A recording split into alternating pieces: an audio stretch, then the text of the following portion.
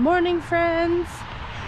Welcome to week 2 of Garden to Peak / Pikes Peak Ascent training. Janie here, and this week what we're going to chat about is how did week 2 go, and then I want to give you guys a little backstory about me and my running history. So let's go, let's get on it.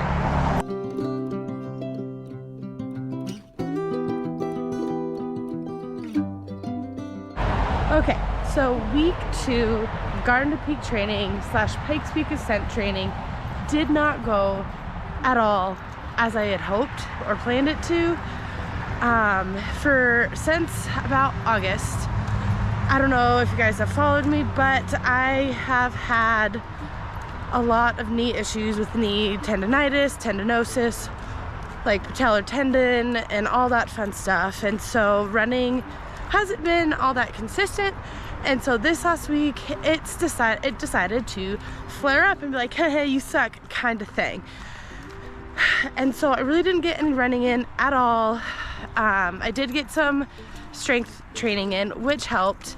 I also was able to get to a sports medicine doctor and get x-rays to make sure there weren't any like bones fractured or anything torn, and there isn't, and it is what I've always thought it was runner's knee. And so what we did then at the doctor's appointment was to get a cortisone shot, which I think has been really helping a lot because there's barely any pain and maybe a little niggle here and there.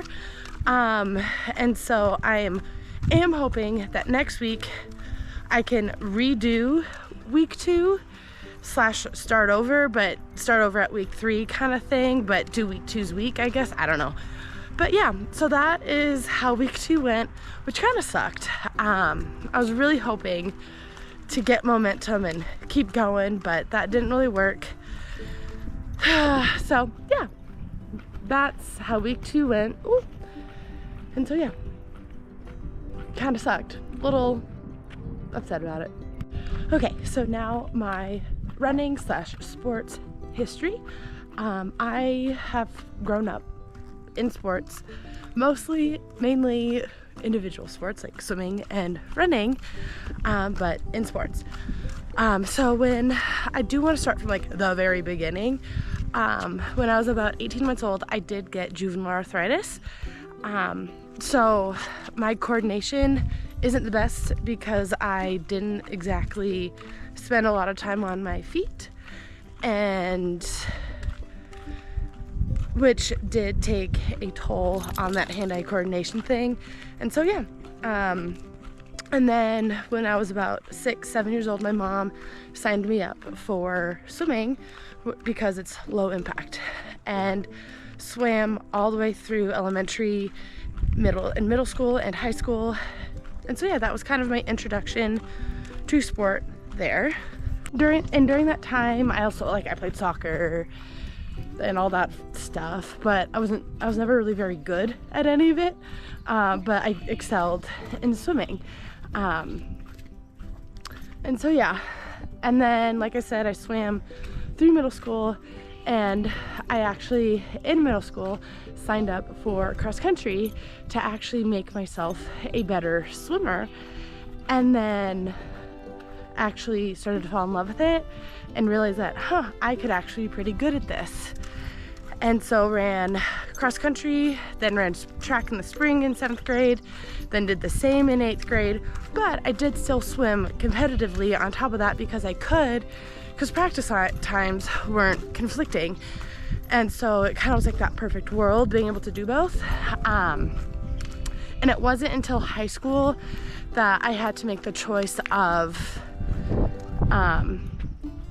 swimming or running, and I decided to go with running. The reason being was that the age group that I would have been in for practices, the practices were the same time as cross country practice, and I loved running just enough like that much more that it was the sacrifice I was willing to make. But I was still able to swim and get that in my system with high school swimming, because fortunately here in Colorado, cross country's in the fall, swimming's in the winter, and track is in the spring. So it was kind of like a nice chunk up and break up. And so I never really faced any injuries through high school. And at this point, I'd been in remission for arthritis for years. And so, like I said, no injuries, but I was able to run and swim, but not be able to do swimming competitively, which I was okay with. So like I mentioned, in high school, I was able to run cross country in the fall, swim in the winter, and then run track in the spring. And so with cross country and track, and even swimming, I was varsity all 4 years. And so, which was nice. And so yeah, with cross country, there's not really, it's one event. We all run a 5K, which I loved cross country. It was like warm weather, starting to cool off, beautiful. Like you got to see the leaves change and all that fun stuff. Now with track in high school, my freshman, sophomore year, I ran the 3200/ the 2 mile, occasionally the mile, rarely the 800. And that was my freshman, sophomore year. And then my junior, so at the end of my sophomore year, all of our 800 runners graduated. And so my coach goes, "Hey, Janie, guess what? You get to be on the 4x8. So it was kind of like a system shock from going 2 mile training, 2 mile paces to the 800, which I loved the 800. And the one event that I do wish that I'd run more was the mile. Absolutely loved it, but didn't get that chance that often. But yeah, so that was fun, being able to make that transition from the 3200 to 800, and getting to experience that. Made it to state a couple times in that, in the 4x8, and yeah, that was high school. And yeah, so by the time my senior year rolled around, I knew that I wanted to become a special education teacher. And so I did research it and found colleges that had a special education bachelor's. And so the one that I decided on was nice because it was one of the best special education programs in the country, and I was able to walk on to their cross country and track team. And to be honest, that experience was not very good for me. The coach wasn't the best coach. The workouts he had us do didn't really match what events we were running.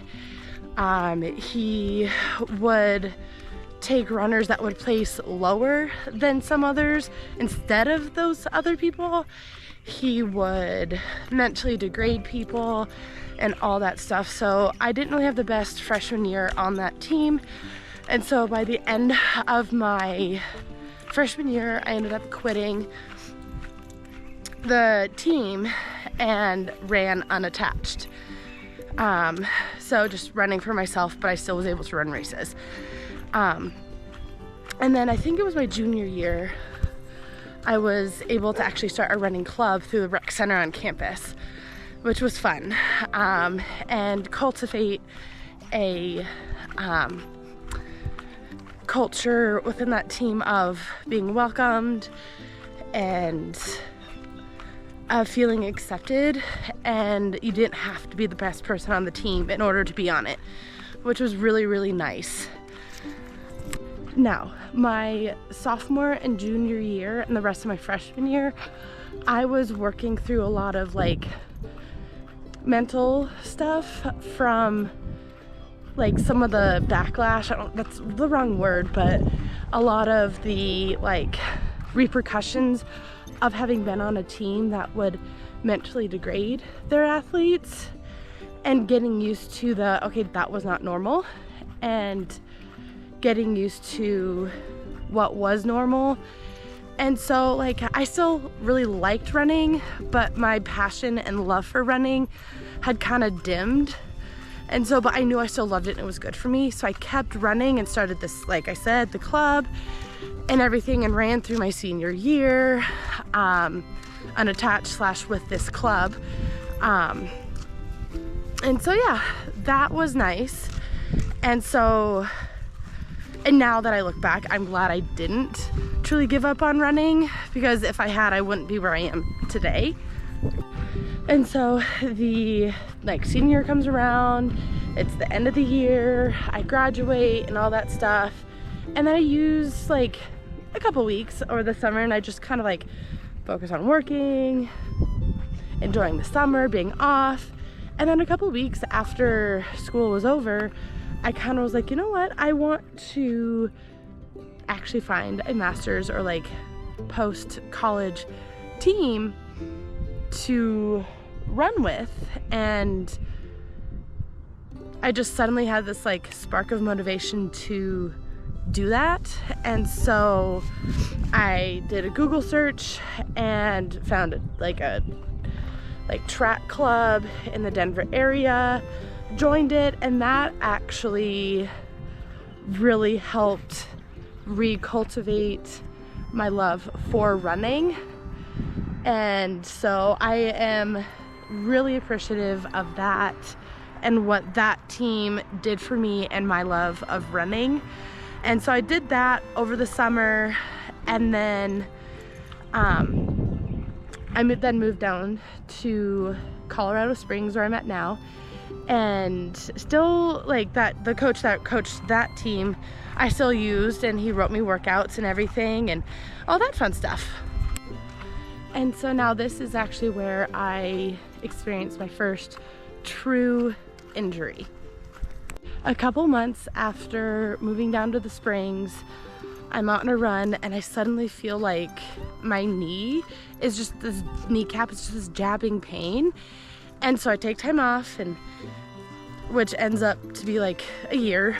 And at that point I was getting really frustrated, find a different coach, and she actually helped me build up that strength and made me realize, oh, it's because I wasn't doing core or hip work.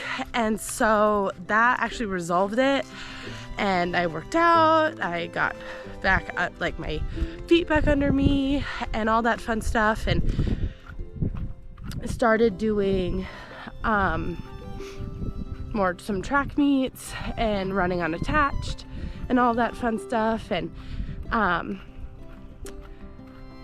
then after a couple years with her, I decided that I just needed to run for myself, and I really couldn't afford a coach at that point either, being a new teacher, or like second, third year teacher.